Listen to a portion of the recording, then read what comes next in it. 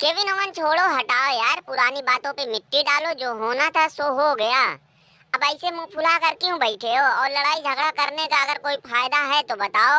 लोटन देखो, मैं तुमसे साफ साफ कह दे रहा हूँ कि हमारे और खूंटा के बीच में अगर तुमने आने की कोशिश की तो खूंटा का सारा गुस्सा मैं तुम्हारे ऊपर ही उतार दूंगा। अरे यार केविन ओवन, जो सवाल तुम्हारे मन में है वही सवाल हमारे मन में भी चल रहा है। वही जानने के लिए तो हमने खूंटा को बुलाया था, लेकिन तुम लगे भड़कने। अच्छा चलो, यहाँ तक तो ठीक है, कोई बात नहीं। लेकिन मैं मैच किसकी वजह से हारा ये बताओ।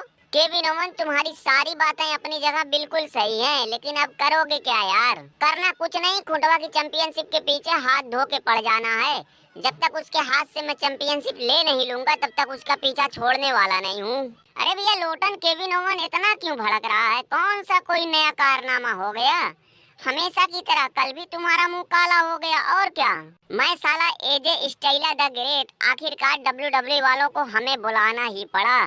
और बुलाते क्यों नहीं? अब तो लगातार स्मैकडाउन की व्यूवरशिप दिन ब दिन जो गिरती जा रही है।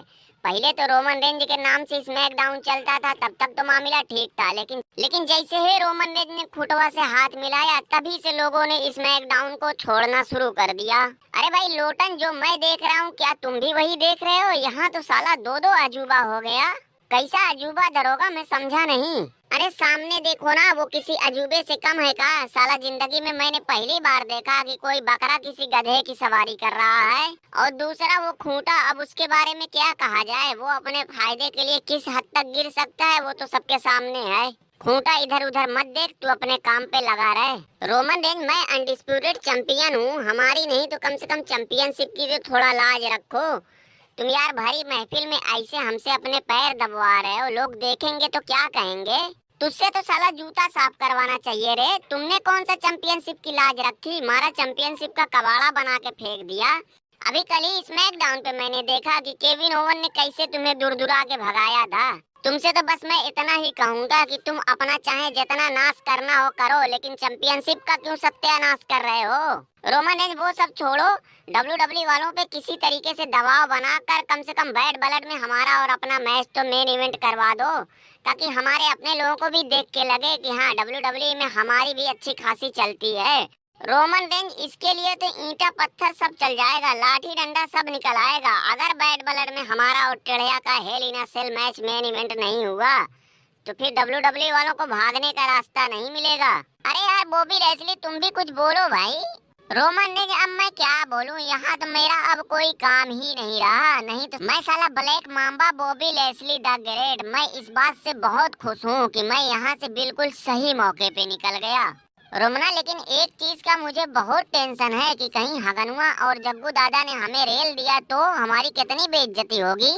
सारे खुटवा, तुम्हारी कौन सी इज्जत है कि तुम्हारी बेइज्जती होगी बे? नाक तो हमारी कटेगी। तू तो साला वैसे ही रास्ते का पत्थर है, जिसके मन में आया लात मार के चल दिया। रोमन रेंज, अगर तुम खुटवा से हाथ मिलाने के बजाय जग्गू दादा और हगनुआ से अकेले दो दो हाथ करने के लिए मैदान में उतरे होते तो मैं हर जगह हर कदम पर तुम्हारे साथ कंधे से कंधा मिलाकर खड़ा रहता, क्योंकि तुम्हें तो ये बात बहुत अच्छे से पता है कि मैं साला तुमासो खांचा जब खांचना शुरू करता हूँ तो मेरे आगे हाथी घोड़ा भी फेल हो जाते हैं।